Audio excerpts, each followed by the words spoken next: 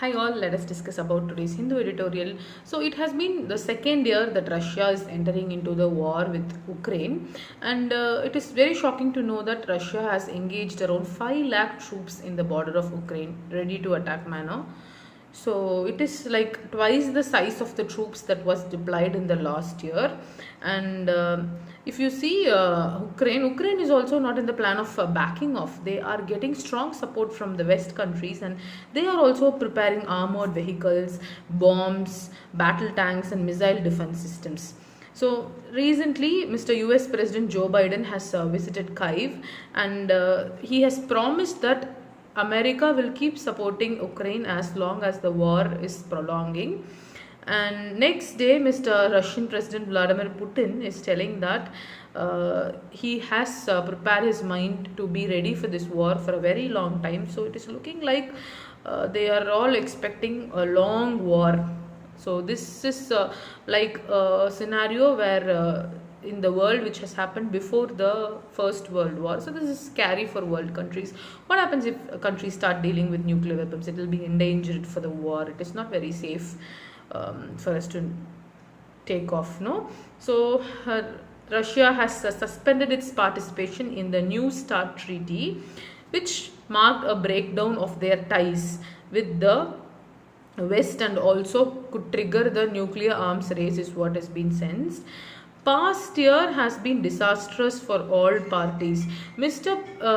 Vladimir Putin, he expected a quick victory, so he immediately attacked Ukraine, and Ukraine had been able to withstand the war only because of the West's support. Otherwise, they would have been surrendered before a long time. So Russia, it's very shock for them. They couldn't even surrender, and they couldn't get it back, since it is a matter of prestige involving the world countries.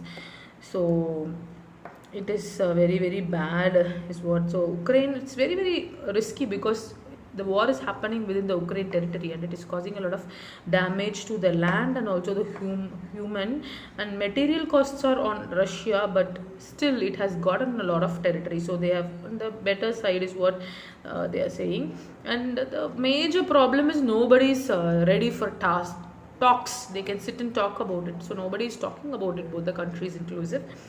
And Ukraine has already lost thousands of lives, and also its building and infrastructure is under severe attack, and economy has been severely battering.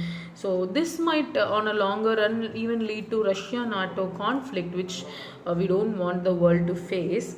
And it is very important to end this war for reasons of global security and safety.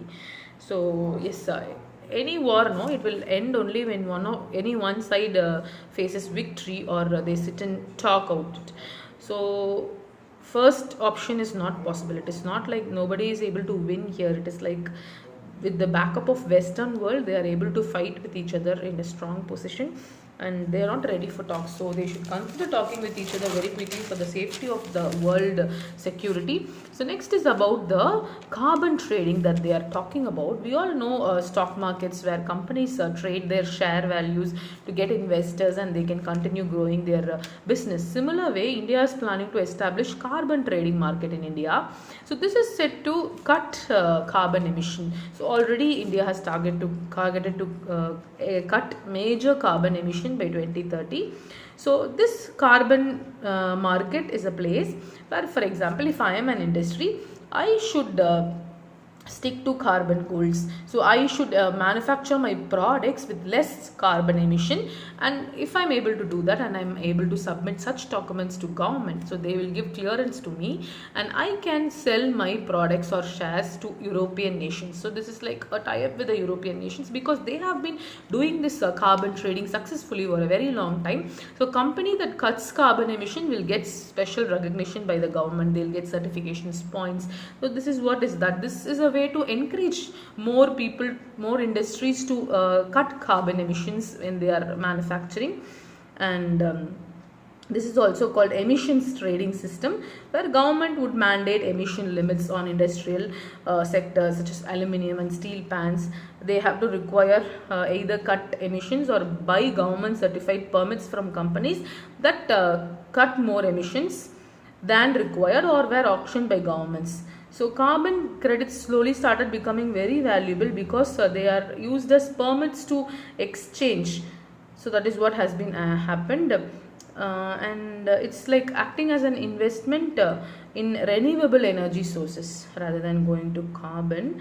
So we will wait and see what happens. And there is a scheme called Perform, Achieve and Trade, PAT, Perform, Achieve, Trade, where around 1,000 industries are involved in procuring and trading energy saving certificates. So since 2015, various cycles of PAT have shown that around 3% to 5% emissions has cut down, and because of this emissions trading scheme since 2005, emissions were cut from by 35% from 2005 to 2019 and 9% in 2009.